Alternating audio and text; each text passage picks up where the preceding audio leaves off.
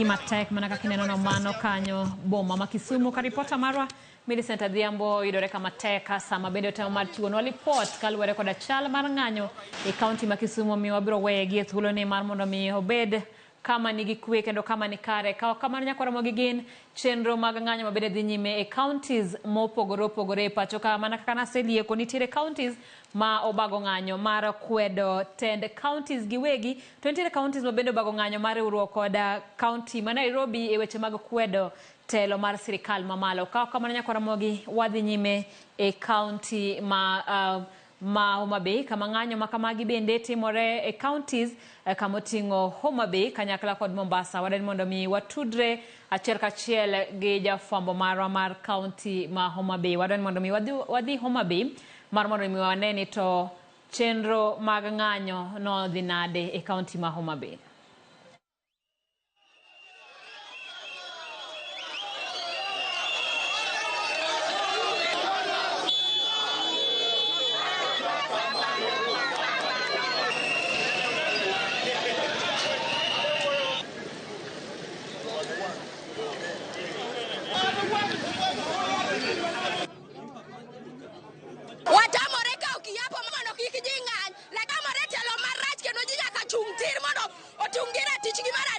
The Mandamano was everywhere. It was not only Homa Bay town.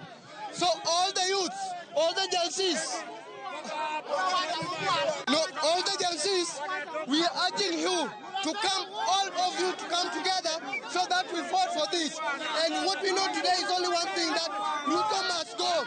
Ruto must go. Nyisa nena result mane owuok mar bipartisan talk nyaka kawuono ok wang'eyo, to mano ne gima baba owacho ni ati wadhi yudo result kowuok kuom bipartisan talk, kendo sani be odwa chako luongo talk ma wan Gen Z watamore. Nyisa nena ka talk moro dwarore mondo mi o identify polise ma shuto jika.